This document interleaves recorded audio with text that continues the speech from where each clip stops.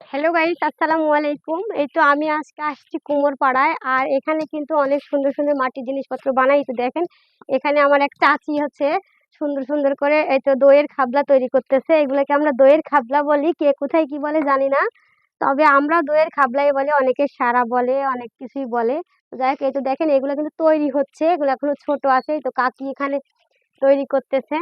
আমি আপনাদেরকে একটা দেখাই ফুল। এই তো এইটা মনে হয় কমপ্লিট হয়ে গেছে। এই তো দেখেন এটা কমপ্লিট হয়ে গেছে। আর এই তো সাইডে অনেক কিছু তৈরি করে রাখছে ভিতরে, অন্ধকারের জন্য হয়তো বা দেখতে পাচ্ছে না। দেখি এইদিকে দেখাও। আর এই তো দেখেন এখানেও অনেক কিছু তৈরি করে রাখছে, এগুলো শুকানো হয়েছে, এখনো পুরানো হয়নি, এই জন্য এই কালার হয়ে আছে। এগুলো পুরালে তখন হচ্ছে কালারটা আরো সুন্দর আসবে, আর লাল হয়ে যাবে, দেখতে সুন্দর লাগবে। তো গাইস, আমাদের এলাকার পাশে, মানে আমার গ্রামের পাশের গ্রামেই এই কুমোরপাড়াটা, সেজন্য ভাবলাম যে আজকে একটু হাঁড়ি পাতিল নিবো বলে আসলাম, কিন্তু কিছুই নাই, এখন বর্ষার জন্য তৈরি হচ্ছে না। এই তো সবে মাত্র হচ্ছে এই এই দইয়ের খাবলাগুলো তৈরি করা শুরু করেছে। তো কেমন লাগলো অবশ্যই জানাবেন। আল্লাহ হাফেজ।